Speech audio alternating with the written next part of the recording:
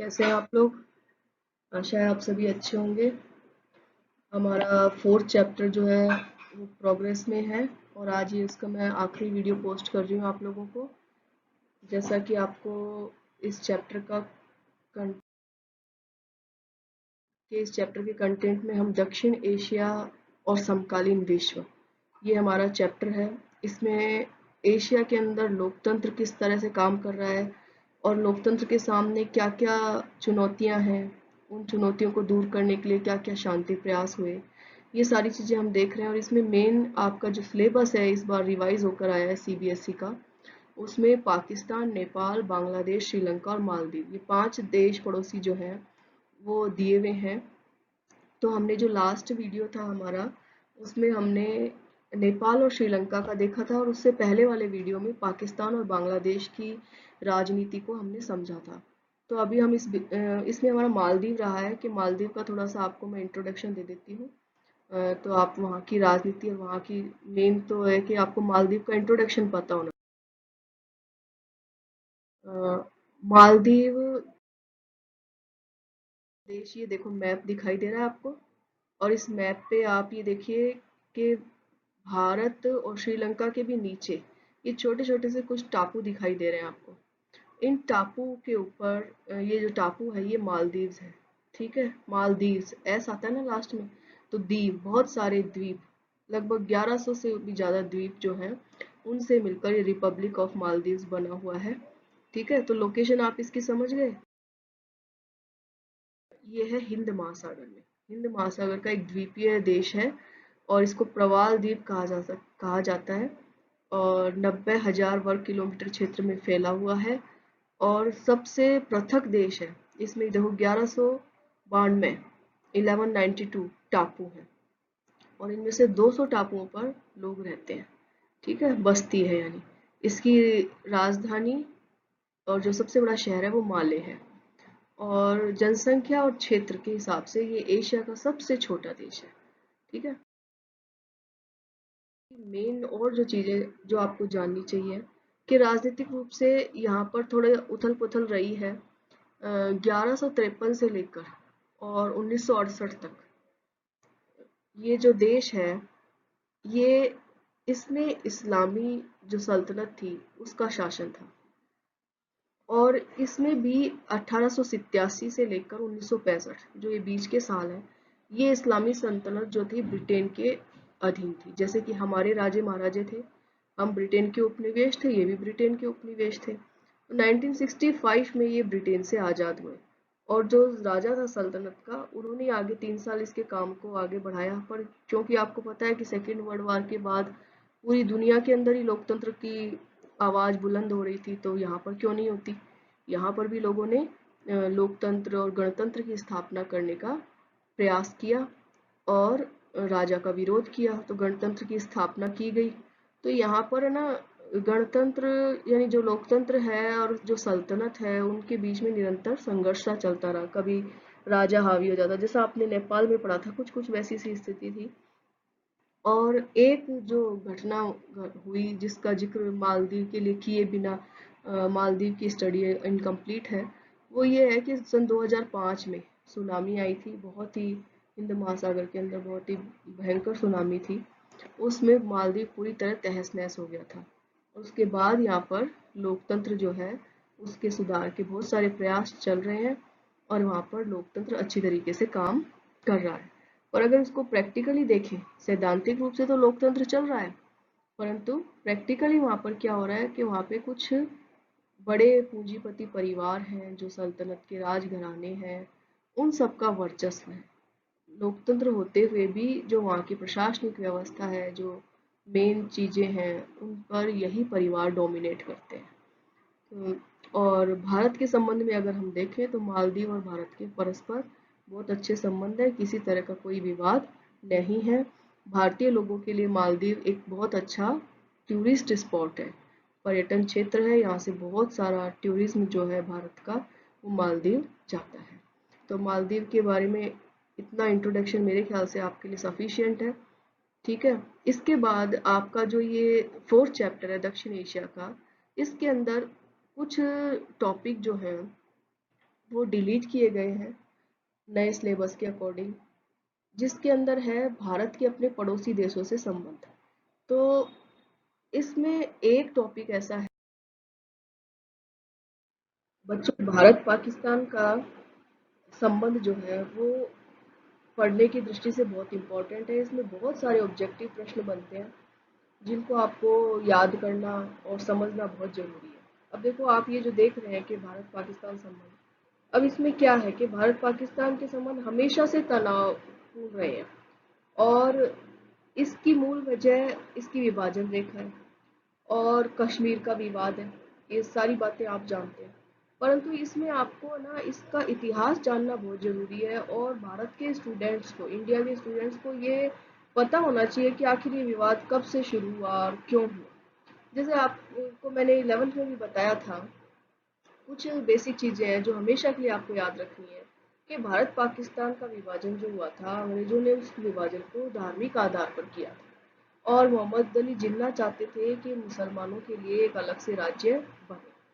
अब वो सीमा रेखाएं जो है वो बन रही थी। कौन सा, हर स्टेट को ये छूट दी गई थी कि जो जिस राज्य में शामिल होना चाहे, दो देश बन रहे हैं, जिस देश में शामिल होना चाहता है वो शामिल हो जाए। अब यहाँ पर कश्मीर जो था वो एक मुद्दा उलझ इसीलिए गया क्योंकि कश्मीर की जो आबादी थी वो बहुसंख्यक मुस्लिम थी, और जो राजा थे वो हिंदू थे।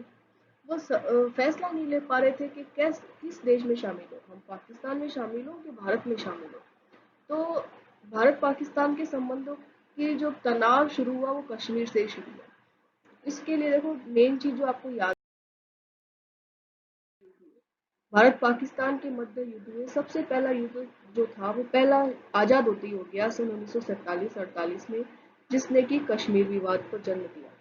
अब ये कश्मीर विवाद क्या था कि कश्मीर शामिल हुआ नहीं था किसी में भी, और पाकिस्तान की सेना जो थी उसके जो लोग थे वो कबायलियों के भेष में और कश्मीर के राज्य में प्रवेश कर गए, और उसके कुछ हिस्सों पर उन्होंने कब्जा कर लिया, जिसके फलस्वरूप क्या हुआ कि वहाँ के जो राजा थे, हरि सिंह, उन्होंने भारतीय सरकार से सहायता मांगी कि हमारे इलाकों पे कब्जा होने लग गया पाकिस्तान का। और वो, जबकि वो थे सैनिक, पर वो जनजातियों के जो लोग थे उनके भेष में आए थे। तो राजा की सहायता करने के लिए, जो सहायता प्राप्त करने के लिए कश्मीर के राजा ने और इंस्ट्रूमेंट ऑफ एक्सेशन पर हस्ताक्षर कर दिए। इंस्ट्रूमेंट ऑफ एक्सेशन क्या था? सहमति पत्र विलय का। और उसमें उन्होंने ये भी रखा था कि कश्मीर की सहायता जो करेगा उसके बाद में कश्मीर के अंदर एक जनमत संग्रह कराया जाएगा, और उस जनमत संग्रह में वहाँ की जनता जिसमें शामिल होना चाहेगी, जिस देश में, उसी में वो शामिल होगा। अब ये सबसे बड़ा कश्मीर की जनता का एक पॉइंट है कि वो आज तक जनमत संग्रह नहीं हुआ, और ये विवाद जो है ये खत्म ही नहीं होता। उसके बाद देखिए, एक जो युद्ध हुआ वो युद्ध हुआ था 1965 में, जब लाल बहादुर शास्त्री जो थे वो हमारे देश के प्रधानमंत्री थे। और इसमें क्या हुआ था, ये पाकिस्तान ने एक ऑपरेशन चलाया था जिब्राल्टर, उसके साथ शुरू हुआ था। इसमें पाकिस्तान ने जम्मू कश्मीर में सेना भेजकर वहां भारतीय शासन के विरुद्ध विद्रोह शुरू करवा दिया था, और इसके जवाब में भारत ने पश्चिमी पाकिस्तान पर सैन्य हमले शुरू किए, और 17 दिनों तक ये युद्ध चला। इस युद्ध में बहुत ज़्यादा जन धन की हानि हुई, और सोवियत संघ ने समझौता करके, मतलब बीच में हस्तक्षेप करके, और ये युद्ध जो है इसको बंद करवाया था। और इसमें दोनों देश के जो प्रधानमंत्री थे उन्होंने 1966 फरवरी के अंदर ताशकंद में हस्ताक्षर किए थे। ताशकंद उस समय सोवियत संघ का एक हिस्सा था, उज्बेकिस्तान की राजधानी है। वहाँ दोनों देशों के प्रधानमंत्री गए, वहाँ समझौता हुआ। और ये भी एक डिस्प्यूटेड सी बात है कि वहाँ पर ना हमारे लाल बहादुर शास्त्री जो है वो समझौते के अगले दिन सुबह अपने कमरे में मृत पाए गए। कुछ लोग कहते हैं उन्हें हार्ट अटैक हुआ, कुछ कहते हैं एक राजनीतिक हत्या थी। ये भी एक मतलब हमारे लिए गंभीर मुद्दा था। ठीक है, तो आप लोगों के ना ताशकंद समझौता कब हुआ, किसके बीच हुआ, और क्या क्या इसके प्रावधान थे, ये सब चीज़ें आती है। मैंने ये आपको स्लाइड में आपको ये पॉइंट्स में दिखाया है, और आप ये बात याद कर लें कि आपको ये सारी चीज़ें डिटेल में नोट करनी है, क्योंकि मैं डिटेल में बोल रही हूँ। आप उस चीज़ को भी नोट कर सकते हैं। हर चीज़ लिखी नहीं जा सकती बुक की तरह यहाँ पर। तो मैंने तो ये पॉइंट लिख रखे हैं जिन जिनका डिस्कशन मुझे आपसे करना है। उसके बाद देखो सब एक जो युद्ध हुआ 1971 में, देखो कितनी जल्दी जल्दी युद्ध हो रहे हैं, है ना, भारत पाकिस्तान के बीच संघर्ष बहुत ज़्यादा है। तो ये जो युद्ध था ये आपने पहले बांग्लादेश वाले चैप्टर में आपने पढ़ा था, इसी चैप्टर में, कि बांग्लादेश जो था वो पहले पूर्वी पाकिस्तान था, और पश्चिमी पाकिस्तान और पूर्वी पाकिस्तान में आपसी तालमेल नहीं था। सैनिक शासन याह्या खां जो आ गए थे, उन्होंने पूर्वी पाकिस्तान के अंदर लोगों का आंदोलन का दमन करना शुरू कर दिया, और बहुत सारे शरणार्थी जो हैं वो भारत के अंदर आने लगे। और उन शरणार्थी समस्या को देखते हुए इंदिरा गांधी ने बांग्लादेश को पृथक कराने के लिए उनको सैनिक और आर्थिक सहायता देनी शुरू की, और युद्ध हुआ। और इस युद्ध के अंदर भारत की जीत हुई, बहुत अच्छी खासी जीत हुई थी। 95,000 सैनिकों के साथ पाकिस्तान का जो चीफ थे याह्या खां, उन्होंने आत्मसमर्पण कर दिया। और इसको ना इसी के अंदर शिमला समझौता हुआ, और उस समझौते के तहत बांग्लादेश एक अलग राष्ट्र बन गया था। ठीक है, तो ये भी आपको ध्यान रखना है। उसके बाद जो है वो 1999 में कारगिल संघर्ष हुआ। इसको भारत पाकिस्तान के बीच हुआ तीसरा युद्ध कहा जाता है। ये युद्ध कारगिल नामक जगह पर हुआ था। यहाँ बहुत ज़्यादा ठंडा इलाका है ये, और पाकिस्तान ने इस पर कब्जा करने के लिए ठंड के दिनों में जब बर्फ़ गिरती है तो अपने सैनिक भेज दिए थे, उन्होंने बंकर बना लिए थे।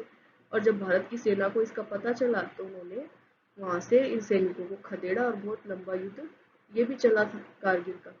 तो ये इस तरह के जो युद्ध है, ये 4 बड़े युद्ध भारत पाकिस्तान के बीच हो चुके हैं।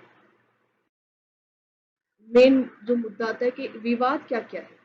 तो देखिए विवाद जो है भारत पाकिस्तान के बीच, वो सबसे बड़ा विवाद है कश्मीर का। वो मैंने आपको बता ही दिया कि आज तक जनमत संग्रह नहीं हुआ। कश्मीर, पाकिस्तान कहता है कश्मीर हमारा है, भारत कहता है कश्मीर हमारा है, और कश्मीर की जनता कहती है कि जनमत संग्रह कराओ। ठीक है, तो ये जो मुद्दा है ये उलझा हुआ है। और फिर जो है कि अगला मुद्दा जो है वो है आतंकवाद। आतंकवाद जो है वो एक बहुत बड़ा ही मुद्दा है, क्योंकि भारत के अंदर जितनी भी आतंकवादी गतिविधियां होती हैं, वो गतिविधियां जो है ये कहा जाता है कि पाक प्रायोजित होती हैं। पाकिस्तान के द्वारा उन आतंकवादियों को फंडिंग की जाती है, सहायता दी जाती है, और हर तरीके से उन भारत के अंदर आतंकवाद फैलाने के लिए, आतंकवादी गतिविधियां फैलाने के लिए उनको उकसाया जाता है। तो आतंकवाद कहते हैं कि जब तक नहीं मुद्दा सूझेगा तब तक भारत पाकिस्तान के बीच शांति नहीं हो सकती। तीसरा चीज है सियाचिन ग्लेशियर विवाद। देखो ये जो सियाचिन ग्लेशियर है, ये दुनिया का सबसे ऊंचा युद्ध क्षेत्र है, और यहाँ पर भारतीय सेना जो है वो इस पे अपना दावा पेश करती है। और जो पाकिस्तान की दूसरी तरफ पाकिस्तान की सीमा भी यहाँ से लगती है, और तो और यहाँ पे अक्साई चीन का इलाका है। तो दोनों देशों पर नजर रखने के लिए भारत जो है यहाँ पर अपनी सेना को रखता है। एक तरफ चीनी सीमा है और दूसरी तरफ पाकिस्तानी सीमा है। और 48 से ही पाकिस्तान जो है वो सियाचिन पर कब्जे की तैयारी कर रहा था। और जैसे ये एक इसको ऑपरेशन मेघदूत लॉन्च किया गया था सियाचिन ग्लेशियर को बचाने के लिए, और उसी के साथ ही भारत का कब्जा सियाचिन ग्लेशियर पर हो गया था। तो ये भी एक विवाद की जगह है। ठीक है, और उसके बाद सरक्रीक विवाद है, ये भी सीमा रेखा का विवाद है। कच्छ का रण गुजरात से लगी हुई सीमा है जो कच्छ की, वहाँ पे भी पाकिस्तान आए दिन पाकिस्तानी सेना घुस आती है और उसको खदेड़ना पड़ता है। फिर एक दूसरी चीज चल रही है हथियारों की होड़। भारत परमाणु परीक्षण करता है तो पाकिस्तान भी करता है, और दक्षिण एशिया के 2 परमाणु शक्ति संपन्न राष्ट्र ये हैं। उसके बाद में चीन की दखल। आप लोग आजकल न्यूज़ चैनल अगर आप देखते होंगे तो आप आधे से ज़्यादा ये टॉपिक जो है वो समझ सकते हैं। चीन जो है वो पाकिस्तान का प्रयोग करता है भारत के खिलाफ, क्योंकि चीन जानता है कि चीन को अगर कोई चैलेंज दे सकता है दक्षिण एशिया में तो वो भारत है। तो भारत को कमजोर करने के लिए वो सब तरफ से घेरता है। अभी आप देख रहे हैं कि नेपाल भी सर उठा रहा है, पाकिस्तान भी सर उठा रहा है। तो ये किसकी शय पर उठा रहे हैं सर? किसकी शय पर ये भारत से लड़ रहे हैं? ये क्या अपने अपने खुद के दम पर भारत से लड़ाई कर सकते हैं क्या पाकिस्तान और नेपाल जैसे देश? नेपाल का प्रधानमंत्री इतना छोटा सा देश जिसके पास कोई पावर नहीं है, वो भी बोलता है बढ़ चढ़कर भारत के खिलाफ। कैसे बोल लेता है वो बोलता है चीन की शय पर, चीन बुलवाता है इनसे, और एक लॉबी बना ली इन्होंने, और ये भारत को हर तरफ से घेरने की नीति बना रहे हैं कि हम हर सीमा से घेरे, और ये कहे कि भारत जो है वो जो सीमा रेखा है उनका उल्लंघन करके कब्जे में ले रहा है क्षेत्र, जबकि भारत के क्षेत्र को ये लोग कब्जे में ले रहे हैं। तो इन्होंने एक गुट बना लिया है ये। ठीक है, तो ये विवाद के मुद्दे हैं भारत पाकिस्तान के कि सहयोग कौन कौन से क्षेत्रों में ये कर सकते हैं, कि भाई ये आपस में कोई तुम मुद्दे होंगे जिन पर ये सहयोग कर सके। तो कुछ मुद्दे ऐसे हैं जहाँ पर आपको इनका सहयोग देखने को भी मिलेगा, जैसे कि सांस्कृतिक सहयोग। आपको आप देखते हैं कि पाकिस्तानी एक्टर यहाँ पर आकर काम करते हैं, पाकिस्तान का संगीत यहाँ पर सुना जाता है, फिल्में, गाने, संगीत, नाटक, इन सब के अंदर दोनों देशों का क्योंकि कल्चर सेम है, दोनों देशों की भाषा सेम है, हम पाकिस्तान में बोली जाने वाली भाषा को समझते हैं, उनके कल्चर को समझते हैं, क्योंकि वैसा ही कल्चर हमारे देश में भी बसता है। और यही बात भारत के ऊपर लागू होती है। भारत की फिल्में वहाँ पर बहुत देखी जाती हैं, भारत के फिल्मी कलाकारों के फैन वहाँ पर बहुत सारे हैं। फिर दूसरी चीज क्रिकेट। क्रिकेट तो आप जानते ही हैं, खेल कूद और हॉकी, इसके अंदर दोनों एक तरीके से कंपटीशन है। पूरी दुनिया भारत पाकिस्तान का मैच देखने के लिए आती है। हम्म? और व्यापार के क्षेत्र में, व्यापार तो बहुत सारी चीजों के लिए हम एक दूसरे पर डिपेंड करते हैं। ये जो चीजें लिखी हुई आ रही है, कपास, प्याज, सॉफ्टवेयर, इनके निर्यात के लिए हम लोग बेचते हैं, पाकिस्तान खरीदता है, और पाकिस्तान को इन चीजों की जरूरत है, हम पाकिस्तान से खरीदते हैं। बहुत सारी चीजें ऐसे, पाकिस्तान से प्याज आता है हमारे यहाँ पर, और हमारे सॉफ्टवेयर वहाँ जाते हैं। शुगर का व्यापार बहुत बड़ा है इंडिया पाकिस्तान के बीच में। तो व्यापार, खेलकूद, सांस्कृतिक सहयोग, इन चीजों के अंदर हम एक दूसरे को सहयोग करते हैं, और हमें एक दूसरे की जरूरत भी है। तो इनमें सहयोग करके संबंधों को सुधारा जा सकता है। एक जो टॉपिक आपके इस चैप्टर में है जो मैं डिस्कस करना चाहूंगी आपसे, जिससे कि आपका कुछ इस चैप्टर का कोई भी मेन पॉइंट छूटे नहीं, तो वो देखो बच्चों, ये है साफ्टा, मतलब शांति और सहयोग के लिए। अब इसमें एक एक लिखा है सार्क। सार्क को आप पिछले चैप्टर में पढ़ चुके हैं, क्योंकि जो नया सिलेबस आया, ये वैसे आपकी एनसीईआरटी की जो पुरानी बुक्स हैं उसमें सार्क जो है वो आपके थर्ड चैप्टर में दिया गया है, पुरानी बुक में सॉरी फिफ्थ चैप्टर में दिया गया है, जबकि नए जो सिलेबस है उसके अंदर ये थर्ड चैप्टर में इंक्लूड हो गया है। अब यहाँ पर दक्षिण एशिया के लिए सन 2002 में एक साफ्टा एक एग्रीमेंट हुआ था, जिसको कि दक्षिण एशियाई मुक्त व्यापार क्षेत्र समझौता कहते हैं, south Asian free trade agreement. ठीक है, तो इसके अंदर ये 1 जनवरी 2006 से ये प्रभावी हो गया, और इस समझौते पर 2004 में हस्ताक्षर हुए। इसका क्या टारगेट था कि दक्षिण एशिया का जो भी इलाका है, सभी देश अपनी सीमा रेखा के आर पार मुक्त व्यापार पर सहमत हो जाएंगे। यानी बहुत सारे ऐसे प्रोडक्ट हैं जो आपस में इनको बेचने के लिए ये टैक्स नहीं लेंगे, किसी भी तरह की कोई टैक्सेशन नहीं होगा। तो ये साफ्टा जो है, कई बार इसकी फुल फॉर्म पूछ ली जाती है, तो आप लोगों को ये पता होना चाहिए। और सार्क का जो है वो डिटेल से आपने अध्ययन उसमें कर ही लिया था। सार्क पर जबकि अब ये आरोप लग रहा है कि सार्क का अस्तित्व समाप्त होता जा रहा है, क्योंकि ये सारे जो देश हैं, एक तरीके से इस समय तो बहुत ही ज़्यादा तनाव चल रहा है। भारत का तनाव देखो पाकिस्तान से भी चल रहा है, नेपाल से भी चल रहा है। और किसी तरह की कोई सार्क की मीटिंग नहीं हो रही है। एनुअली जो मीटिंग होती है वो बिना किसी रिजल्ट के, बिना किसी काम के, सहयोग के खत्म हो जाती है। तो ये जो था आपका फोर्थ चैप्टर था, जिसको मैंने 3 वीडियोस में कंपाइल करने की कोशिश की है। होपफुली आप इसको अच्छी तरह से समझेंगे और अपने नोट्स बनाएंगे इस पीपीटी की हेल्प से और मेरे ऑडियो के द्वारा, और अपने